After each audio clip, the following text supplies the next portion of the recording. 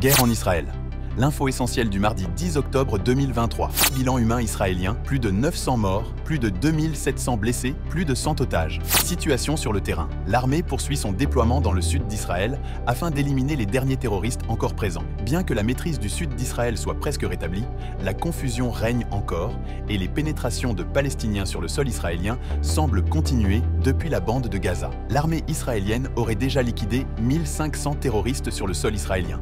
Les roquettes continuent à être tirées depuis la bande de Gaza. L'offensive israélienne redouble d'intensité avec des frappes aériennes et maritimes de précision sur des cibles terroristes stratégiques. Depuis le sud Liban, des infiltrations de terroristes du djihad islamique ont eu lieu. Après leur neutralisation, Israël a procédé à des frappes sur le sud Liban, éliminant 3 terroristes du Hezbollah et occasionnant une riposte qui a blessé 6 soldats israéliens, dont un grièvement. Relations diplomatiques. Le monde occidental concrétise son soutien à Israël. Après les annonces de l'Autriche et de l'Allemagne, c'est l'Union européenne tout entière qui reporte toute son aide au développement aux Palestiniens, soit des programmes en cours de 691 millions d'euros. Le commissaire européen Oliver Varhelyi s'en est expliqué dans CMO. L'ampleur de la terreur et de la brutalité contre Israël et son peuple marque un tournant. Il n'est pas possible de faire comme si de rien n'était. Les États-Unis ont averti le Hezbollah de ne pas se lancer dans un conflit contre Israël. En France, un rassemblement à Paris a réuni 10 000 personnes en solidarité avec Israël, regroupant de nombreuses personnalités politiques et des bâtiments officiels, au rang desquels la Tour Eiffel et l'Assemblée nationale,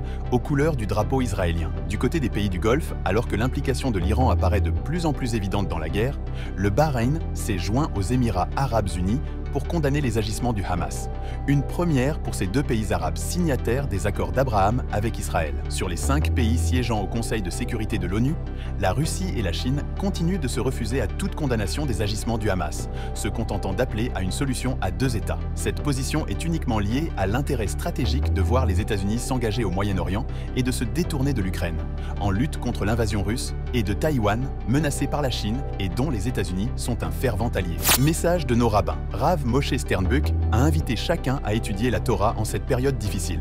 Le rabbin a dit « Nous devons montrer à Hachem que nous acceptons de faire quelque chose de difficile en donnant de nous-mêmes. Chacun devrait prendre sur lui maintenant d'étudier un peu plus la Torah dans ces moments difficiles pour voir des merveilles avec l'aide d'Hachem.